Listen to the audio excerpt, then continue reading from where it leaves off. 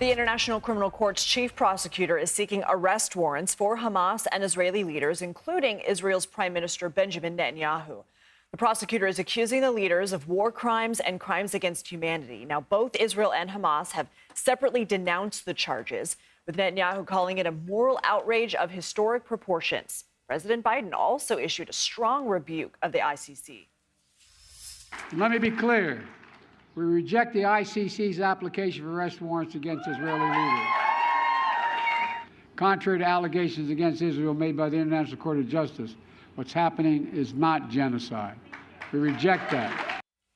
For more on this, we welcome David Scheffer. He's a senior fellow at the Council on Foreign Relations and the former ambassador at large for war crimes issues during the Clinton administration. Ambassador, good morning, and thank you for being with us. You know, a lot of people saw these headlines yesterday and rebukes from American politicians. But can you please explain the significance of the ICC seeking these arrest warrants? Well, there are several levels of significance. The first one is that if these arrest warrant were to be approved by the judges, the ones against Prime Minister Netanyahu in particular, that would be the first leader of a Western democratic nation to be subjected to an ICC arrest warrant. Leaders of other nations that are not known to be democratic in character, and including Mr. Putin in Russia, have arrest warrants out against them. But this would be the first with respect to a democratic nation. But I think the other significance is that these are arrest warrants that are being considered in the middle of the Israel-Hamas war. Now, that's not unprecedented. War crimes tribunals for the last 30 years have been doing this in the middle of conflicts repeatedly, including the International Criminal Court. So that's not that unusual, but it does complicate matters on the ground. But I must say that the reaction in Israel, and in particular in the United States, I think does not help the case for actually resolving the conflict on the ground. So let's talk a little bit about what you sort of brought up, which is sort of the next phase, right? This needs to be reviewed by other judges in the ICC. As I understand it, just to get to this point, you know, a panel of lawyers have reviewed the evidence and determined that there is a reason to pursue an arrest warrant. How does it typically work? What are the judges reviewing? Do they usually agree with, I guess, the prosecution, or do they often say, no, we're not going to go ahead with this? The process is typically internal. In other words, it's not publicly revealed as it has been in this case. The prosecutor confidentially approaches the pretrial chamber of judges, says, I have an application for an arrest warrant. They review evidence presented to them by the prosecutor, and then determine, sort of like a grand jury in the U.S. system, determine whether or not there's enough evidence for reasonable grounds to believe that atrocity crimes under the statute of the court have been committed. And then they publicly issue the arrest warrant, or they could do so under seal. Namely, it wouldn't be public because you want to be able to apprehend the target without the target escaping, knowing that he's under arrest warrant. So they do it either way. So that's the procedure, but it can take not only weeks, it can take months, and it can take 7 months. It can take longer. It just depends on how long the judges need to review that evidence and make their own determination as to whether to, or when, if at all, to issue the arrest warrant. It's not automatic at all. They use their own discretion. And I think that's where there's some opportunity here that really should be seized. Did you say it's not usually announced like it was in this case, Ambassador? That's right. Usually it's a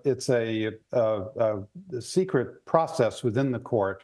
Why? Because you don't want the target of investigation to flee while there's this interim between the announcement of the application and the decision by the judges. Why give the target of investigation the opportunity to disappear, essentially? Knowing that there's the prospect of an arrest warrant coming after him. So this is a little unusual for it to be publicly announced, but it may be because the prosecutor wants to send out a message of prevention, namely, stop doing all of this. I've got you in my sights. I'm going to try to get judicial approval for it. But since I have you in my sights, you need to be on notice to stop and desist what I allege, the prosecutor, are your commission of war crimes or crimes against humanity. I wonder how much of this is really primarily about messaging, about perhaps a warning. I mean, there's a warrant out for Vladimir Putin's arrest. I mean, he's not traveling liberally, but he is traveling, and he hasn't been arrested yet. Just how much teeth do these warrants even have?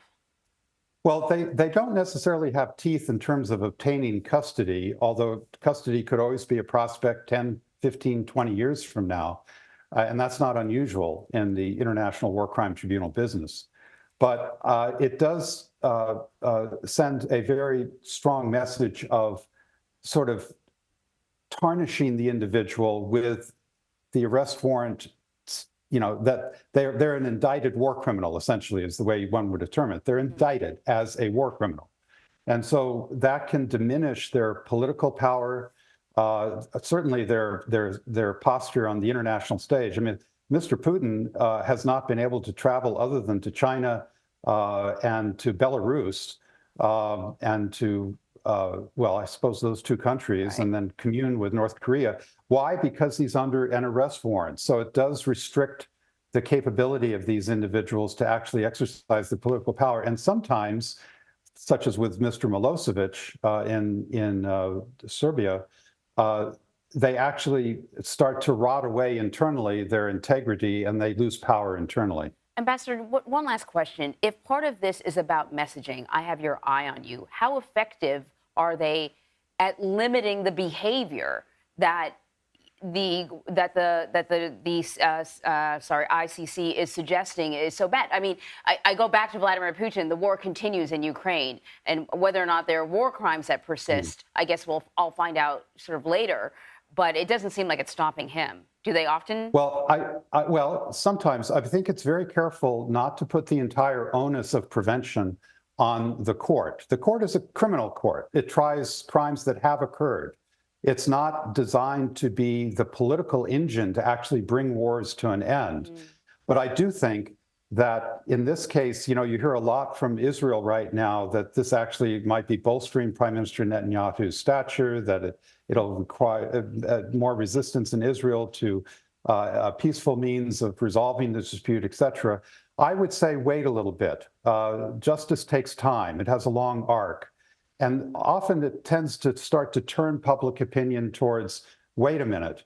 Even the United States government has been counseling the Israeli government to cool it in terms of how it's actually waging its warfare in Gaza, and particularly the threat of the invasion of Rafah. So there's a lot of concern about how the war is actually being waged. And I do think that these arrest warrants, in the end, will have some impact on that.